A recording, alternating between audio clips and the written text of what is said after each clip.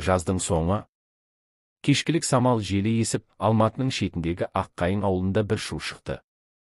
Ауыл адамдары дүкен маңында жиналып, әркім өз білгенін айтып, ауыздан ауызға бір әңгімені таратып жатты. Әңгіме біреу ақ, ауылдың ең сұлу қызы, 20 жасар аяулымның 50-дегі Амангелді деген бай шалына тұрмысқа шығатыны жөнінде. Аяулым ауылдың ерке қызы. Бет бітісі бал бұл жанған, қап-қара шашы беліне төгілген, көзі күлімдеген, мінезі ашық. Әкесі сонау бір жылы жол апатынан қайтыс болған. Анасы ауылдағы мектепте еден жуушы. Отбасында жалғыз қыз. Үйде анасы екеуі ғана күн көріп келеді. Қолдарында мардымды дүние жоқ. Анасы Айжан болса, өмірден қатты теперіш көрген, мейірімді әйел. Бар арманы қызын адам қатарына қосу. Кедейшілік қысып күндер қиындаған сайын Айжанға ақыл айтып, қол ұшын беретіндер де азайды. Бір күні ауылға Амангелді есімді 50-дегі бизнесмен келеді. Қалада талай кәсібі бар. Құрылыс компаниясы, көлік салоны, кафесі, демалыс базасы, бәрі өзінікі. 49 жасында әйелінен ажырасып кеткен. Айтуынша бала шаға жоқ. Баяғыдан аяулымды көз қиығымен аңдып жүрген.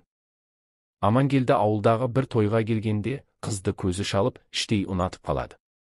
Сол кеште қасына барып танысады. Алдымен жылы сөз, әдемі әзіл, артынша қымбат сыйлықтар жібереді. Жас қыз алғашында кісі күле қарайма деп именсе де, анасы Айжан бұл мүмкіндік деп үгіттей бастайды. Бір күні Амангелді Айжанға жеке кездесіп, ұсыныс айтады. Қызыңды маған ұзатсаң, екеуіңе қалада 3 бөлмелі пәтер, анаңа жаңа көлік, ал қызға қалаған оқу орнына грант алып беремін. 2-3 жылда шетелге шығарып, қалаған өмірін жасатамын дейді. Айжан біраз ойланып, ақыры келіседі. Кедейліктен бейнеттен шаршаған ана қызының болашағы жарқын болады деп үміттенеді. Аяулым бұл шешімге қарсы болғанымен, анасының көз жасын көріп, амалсыз көнеді. Ауылда үлкен той жасалады. Аяулымға қып-қызыл көйлек кигізіп, 49 жасар Амангелді шалдың етегінен ұстатады. Тойда жұрт түрлі сөз айтты. Бірі қыздың сорлы өмірі десе, бірі пайдалы қадам деп мақтайды. Қалаға барған соң, аяулым сән салтанатты өмірге қадам басады. Амангелдінің 4 бөлмелі пәтері, соңғы үлгідегі көліктері, ыстық суы мен бассейні бар үйі, жеке күзетшісі, жүргізушісі, бәрі дайын. Бірақ аяулымның жүрегі бос. Өзін еркін сезінбейді.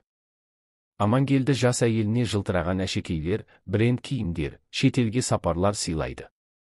Бірақ қыз көңілі жай таппайды.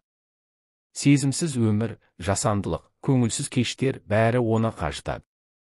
Амангелді үйде болмайтын күндері аяулым қалада өзінің бала күнгі досы 22 жастағы Әлиханмен кездесіп жүрді. Әлихан ауылдас, студент. Аяулымды бала кезінен жақсы көрген. Бір күні аяулым Әлиханға ішіндегісін айтып жылайды. Бұл байлық маған бақыт әкелмеді, жүрегім саған байлаулы дейді.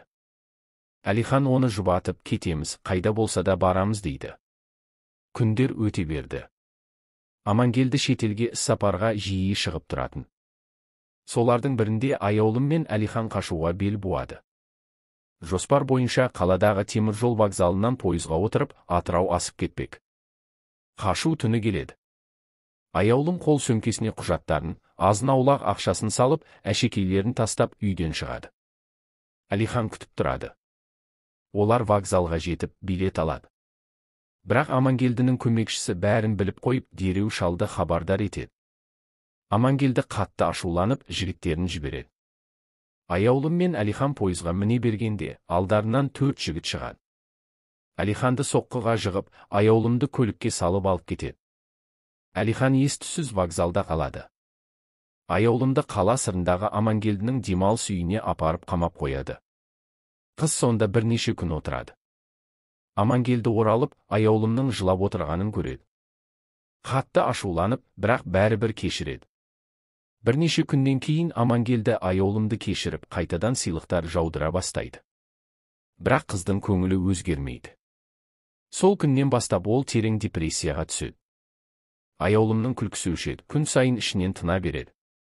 Амангелді жағдайды түсініп, қыздың жанын босатуға мәжбүр болады. Аяулымға қала сыртынан үй алып беріп, құжаттарын қайтарып береді. Қыз анасына барып, бәрін айтып жылап алады. Анасы қатты өкінеді.